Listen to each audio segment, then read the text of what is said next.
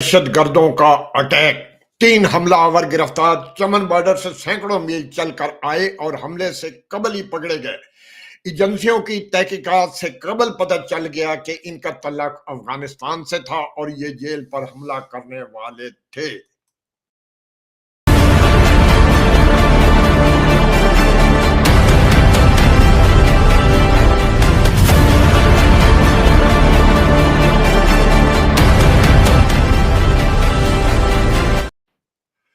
جی ہاں، آج کی سب سے بڑی اور اہم بریکنگ نیوز سٹوری جو ہم آپ کو سنانے جا رہے ہیں وہ یہ ہے کہ افغانستان سے چمن کے راستے بلکہ کئی میلوں دور، پوری سٹوری ہم آپ کو سنائیں گے، لیکن اس سے پہلے ہم آپ کو دکھاتے ہیں کہ یہ وہ دہشت گرد تھے جو پکڑے گئے ہیں۔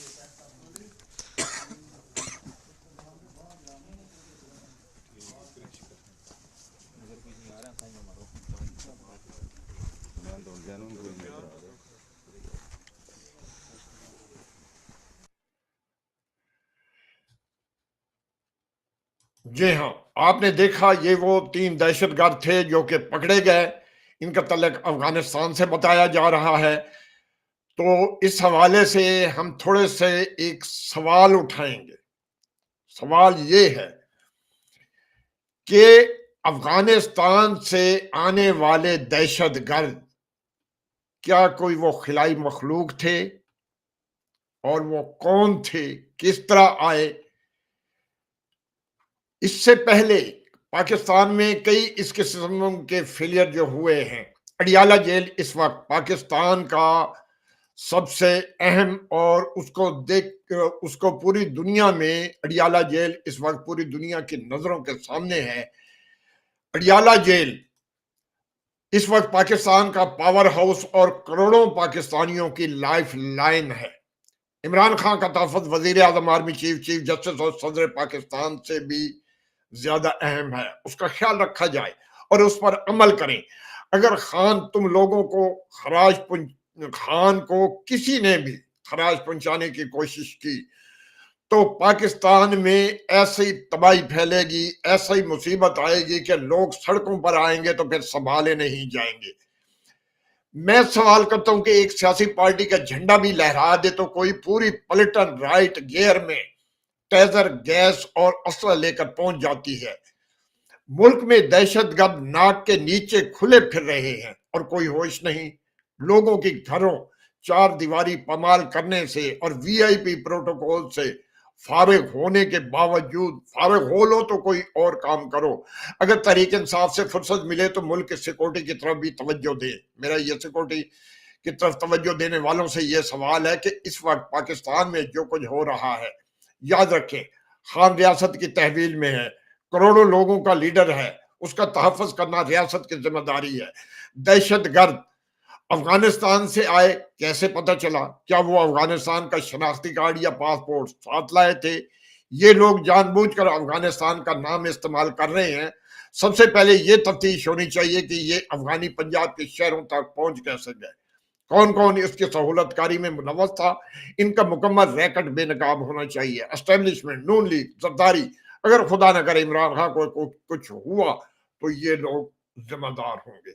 عمران خان کو کچھ ہوا تو یہ نعروں کا احتجاج نہیں، خدا نہ کرے میں دیکھ رہا ہوں کہ اگر حالات خراب کیے گئے عمران خان کو چھیڑ کے تو پھر اس ملک میں نعروں کا احتجاج میں نہیں دیکھ رہا، بلکہ بندوق اور گولی کا احتجاج بھی سامنے آ سکتا ہے اور پھر دنیا ہمارا تماشا دیکھے گی۔ باز آ جاؤ، افغانستان سے راولپنڈی کیسے پہنچے، بارڈر سیکورٹی کراس کیسے کی، یہ سب وہ جواب ہیں جو آپ کو دینے پڑیں گے۔ افغانستان سے دہشت گرد Iran, China, India, Turkmenistan, Uzbekistan اور تاجکستان داخل کیوں نہیں ہوتے؟ صرف پاکستان میں ہی کیوں داخل ہوتے ہیں؟ انڈیا میں بھی تو جا سکتے ہیں، وہاں کیوں نہیں جاتے؟ صرف پاکستان میں ہی داخل ہوتے ہیں۔ ہمیں ماننا ہوگا ہمارے ادارے جو ہے بارڈر سیکور نہیں کر پا رہے۔ اس فیلئر کا کون اور کب سے ذمہ دار ہوگا، کون اس کی ذمہ داری قبول کرے گا؟ تم لوگ پلاننگ کر رہے ہو، کیونکہ خان جب تک اس وقت سیاست میں موجود ہے تو آپ لوگوں کو رات کوئی نیند جو ہے وہ حرام ہو رہی ہے۔ 75 سال سے پاکستان کی سیاست میں یہی تماشے ہو رہے ہیں۔ اگر آئندہ ایسی غلطی کی خان کے ساتھ تو پھر پاکستان میں وہ حشر کریں گے ہوتا نظر آئے گا کہ پھر آپ سنبھال نہیں سکو گے. 24 کروڑ عوام اگر سڑکوں پہ آ گئی تو اس کا ذمہ دار کون ہوگا اور اسے کون سنبھالے گا؟ سوال یہ ہے کہ 9 مئی سے آگے بڑھنا ہے یا ادھر ہی کھڑے رہنا ہے. بار بار اظہار کیا جا رہا ہے کہ 9 مئی والوں سے نپٹا جائے گا. 100 سے زائد لوگوں کا فوجی عدالتوں میں ٹرائل چل رہا ہے. اور اب کیا کرنا ہے؟ اس معاملے کو عدالتوں کے سپرد کر دیں. میرا سوال یہ ہے کہ آپ کیوں پرسنل ہو رہے ہیں؟ بار بار ایک معاملے کو آ کے بتاتے ہیں 9 مئی 9 مئی 9 مئی، تو اسے چھوڑ دیں، عدالتوں کے ذمہ لگائیں. وزیر آباد میں عمران خان پر قاتلانہ حملہ کے 15 منٹ بعد ملزم کی ویڈیو آ گئی، اس کا بیان بھی آ گیا اور بغیر تحقیقات کے اس کو مذہبی جنونی بھی بتا دیا. چمن بارڈر سے سینکڑوں میل چل کر اڈیالہ جیل کے باہر دہشت گرد پکڑے گئے اور بغیر تحقیقات کے یہ پتہ بھی چل گیا کہ یہ جیل پر حملہ کرنے والے تھے. کیا یہ کوئی خلائی دہشت گرد تھے؟ کیا یہ دہشت گرد یہ جو اٹیک کرنے والے تھے؟ تو اس سلسلہ میں آپ کو سوچنا ہوگا، یہ قوم اتنی بے وقوف نہیں ہے. کیا کہیں ایسا تو نہیں ہے کہ یہ الیکشن کمیشن کی نااہلی اس وقت جو پوری قوم دیکھ رہی ہے، نااہلی اور بدعمالیاں ظاہر ہونے کے بعد قوم کو توجہ ہٹانے کے لیے یہ تماشا کھڑا کیا جا رہا ہے. مسلم لیگ نون کو چوتھی بار مرکز میں تقدیر بدلنے اور پی ٹی آئی کو تیسری بار کے پی کے میں ریاست مدینہ بنانے اور پیپلز پارٹی کو 5ویں بار سندھ میں روٹی کپڑا اور مکان دینے کا موقع مل چکا ہے. خدا کے لیے اب کچھ کر کے دکھائیے اور سنبھلیں. گزشتہ روز کور کمانڈر میٹنگ میں کہا گیا کہ فوج پر الیکشن کے الزامات جھوٹے ہیں. سنیے، ابھی ہم آپ کو ایک غیر ملکی رپورٹ سناتے ہیں کہ کس طرح فوج نے الیکشن میں دھاندلی کروائی. یہ الزام ہے فوج پر، تو فوج کو اپنا الزام کلیئر کرنا چاہیے. فوج نے دھاندلی کو یقینی بنانے کے لیے الیکشن میں ریڑھ کی ہڈی کی حیثیت رکھنے والے نادرا کے چیئرمین ایک حاضر سروس جنرل کو لگایا. الیکشن کمیشن کی ویب سائٹ کو کیسے فوج نے مینج کیا؟ ایسا لگ رہا تھا جیسے فوج الیکشن میں دھاندلی کر کے نواز شریف کو جتوانے کی کوششوں کو اب چھپانا بھی نہیں چاہ رہی، اور وہ سارے ننگے ہو رہے ہیں. دکھاتے ہیں ہم آپ کو وہ Expected lines. Candidates have held rallies. Voters have cast their ballots. Behind the scenes, the Pakistani army is pulling the strings. You've probably heard this a million times. The result will be announced later tonight or tomorrow, but we already know the name of the winner, and that is Nawaz Sharif. But how did the military make sure that Sharif wins? How did they rig the vote? A few days ago, a letter began doing the rounds in Pakistan. It was written by a local election officer. This was a letter of complaint. And who was it addressed to? Pakistan's Election Commission. This officer had a concern. The Election Commission uses a software, an election management system. And the system was behaving in an odd way. The officer had specific complaints. Data on the software was being deleted. Some staffers were assigned duties on it. But soon after the records were updated, this data vanished. And when this problem came to light, the officer did what anyone would do: call for IT support. A technical team looked into the problem, and like most IT support teams, they could not solve it. They said it was probably a technical glitch. And the election officer was asked to continue using the software, but the officer was not convinced. The team using the software faced trouble too. So together, they reported their problems. They expressed their reservations. Again, no solution was offered. The tech team asked the election officers to keep using the same faulty software. Finally, this officer decided to write a complaint letter. And we have a copy of the letter. In fact, let me read out a section of the letter to you and listen to this very carefully. This is what it says. This weakness of the system has created many issues and also raises a question mark on the reliability and validity of the tool or software. This shows that either the election management system is an utter failure or, and listen to this, there is someone else that controls and manages the system behind the veil. So someone else is in control, he says. Or that's what he's suggesting. Who could be pulling the strings from behind? This system belongs to a government department, Pakistan's National Database Registration Authority, or NADRA. They're supposed to be an independent and autonomous agency. And what is their job? To maintain the database of all citizens, like population data, demographic files, and most importantly, voter rolls. They maintain all of this. Now, NADRA has an important role to play in this election. It controls all the systems used to administer the election and transmit the results. This agency is like a referee in a football match. Their task is to call out who has hit the goal in the election match. Now, usually this referee is a civilian, but last year there was a sudden change in their leadership. Instead of a civilian official, a serving general of the Pakistan Army was given charge of NADRA. Which begs the question, why is a serving general in charge of Pakistan's voter rolls? And it's not really rocket science to figure out the answer. The army put their own man in the driver's seat to ensure a favorable outcome. Last month, there was another complaint. It came from a member of the PPP, the Pakistan People's Party, led by the Bhutto Zardaris. Now, they had raised objections to NADRA's systems. One of their lawmakers had written a letter. It said the party has, quote-unquote, serious objections to the systems. Pakistan's Election Commission responded. It played down the risk of manipulation. But at this point, it's really hard to take any assurance at face value. It's like the army is not even bothering to hide how it is rigging the election. So from military coups to silent coups to brazen selection of prime ministers, this is how Pakistan's sham democracy has progressed under the army.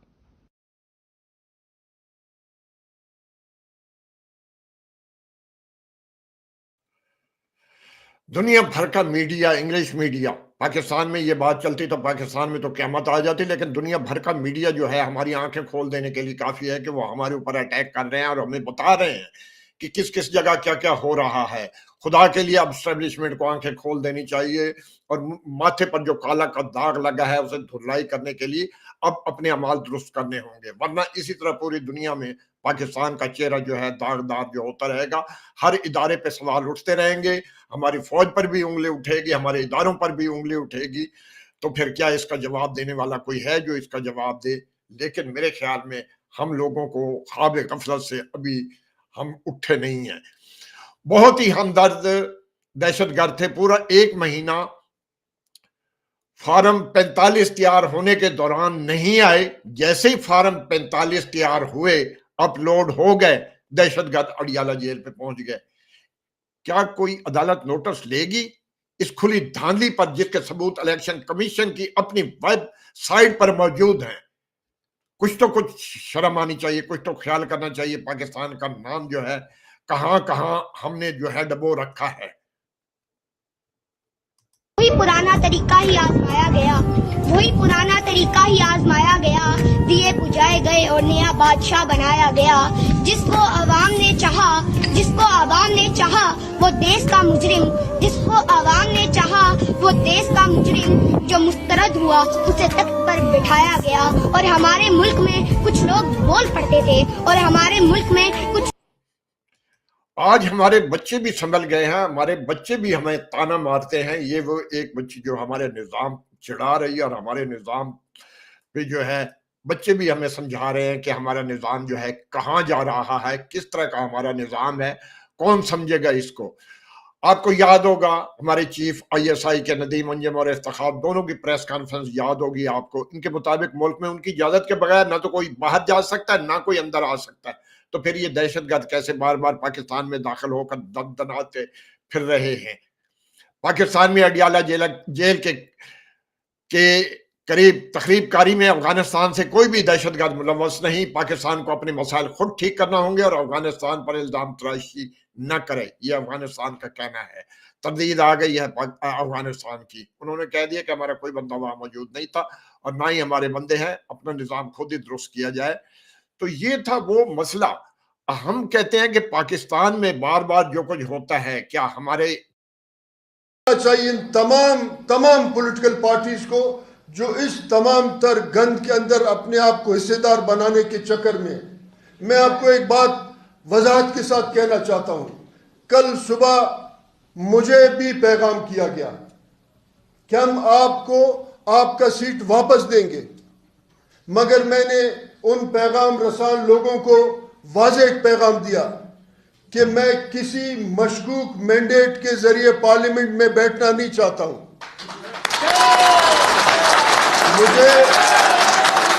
مجھے اپنے voter, اپنے سیاسی عمل، اپنے سیاسی کردار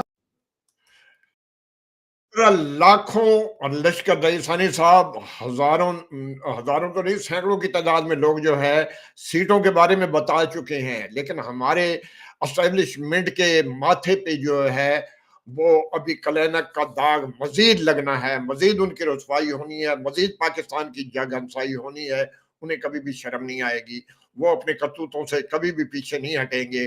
ملک تباہ ہوتا ہے ہونے دو، ملک برباد ہوتا ہے ہونے دو، ملک بدنام ہوتا ہے ہونے دو. انہیں صرف اپنے کیا کہیں، شرم آتی ہے میرے ملک کے ان اداروں کے سربراہوں کو. میں کیا میسج دوں کہ ان کو خود کو شرم آنی چاہیے کہ پاکستان پر لگے بدنامی کے داغ پوری دنیا میں پھیل رہے ہیں. ہر ممالک والے، میڈیا ہے، ملک والے ہمارے اوپر انگلی اٹھا رہے ہیں، لیکن ہمیں شرم نہیں آ رہی. ہم نے جو ہے وہ برقعے کے نقاب کے اندر موجود ہیں، دیکھ سکتے ہیں، کچھ کہہ نہیں سکتے. تو یہ حالت ہے. ہمیں آگے چل کے کچھ نہ کچھ سوچنا چاہیے. اب بھی ہوش ہے، ہوش کی آنکھیں کھولو اور اس طرح کے ڈرامے بازی جو ہے وہ بند کرو. ایسا نہ ہو کہ دنیا پھر ہمارے اوپر جو ہے ایک تھو تھو کر رہی ہے، کل کو کوئی اعتبار بھی نہ کرے. تو میں جانے سے پہلے یہی کہوں گا کہ ہمیں اپنے نظام کو بہتر کرنے کے لیے ہمیں سوچنا چاہیے. سپریم چلتے ہیں، کوئی اور بھی دیگر تھوڑی جانے سے قبل میں آپ کو خبریں دیتا جاؤں گا. سپریم جوڈیشنل کونسل نے جسٹس مظاہر نقوی کو برطرف کرنے کی سفارش کر دی. شعیب شاہین نے بھی سوال کیا کہ دہشت گرد سارا پاکستان چھوڑ کر اڈیالہ جیل ہی کیوں گئے؟ دہشت گرد سارا پاکستان چھوڑ کر اڈیالہ جیل کیوں انتخاب کیا؟ سوچنے کی بات ہے. تو اسی طرح ڈاکٹر عارف علوی نے 3 ججوں کی تعیناتی کی بھی منظوری دے دی ہے. اور اس کے علاوہ احتساب عدالت نے حسن اور حسین نواز کے دائمی وارنٹ گرفتاری معطل کر دیے ہیں. بیرون ملک سے وطن واپسی پر انہیں گرفتار نہ کیا جائے، یہ کہنا تھا کورٹ کا. تو اس وقت جانے سے پہلے میں آپ سے اجازت چاہتا ہوں، اور میں اپنے تمام بہن بھائی اور جتنے بھی میرے دیکھنے والے ان سب سے گزارش کروں گا، اگر ہمارا پروگرام آپ کو پسند ہے تو ہمارا یوٹیوب چینل جو ہے لائک کریں، ٹویٹر پہ ہوتا ہے وہاں فالو کریں، فیس بک پہ ہے وہاں بھی دیکھیں، ٹک ٹاک پہ، جتنے بھی سوشل نیٹ ورک ہیں سب پہ ہمارا پروگرام لائک جاتا ہے. تو آپ ہمیں لائک کریں اور کمنٹ لکھا کریں اگر آپ پسند آئے تو پروگرام. انشاءاللہ اگلے پروگرام تک میں اجازت چاہتا ہوں. ایک اور پروگرام پہ کل دوبارہ حاضر ہوں گا. اس وقت تک اجازت چاہتا ہوں. اللہ حافظ.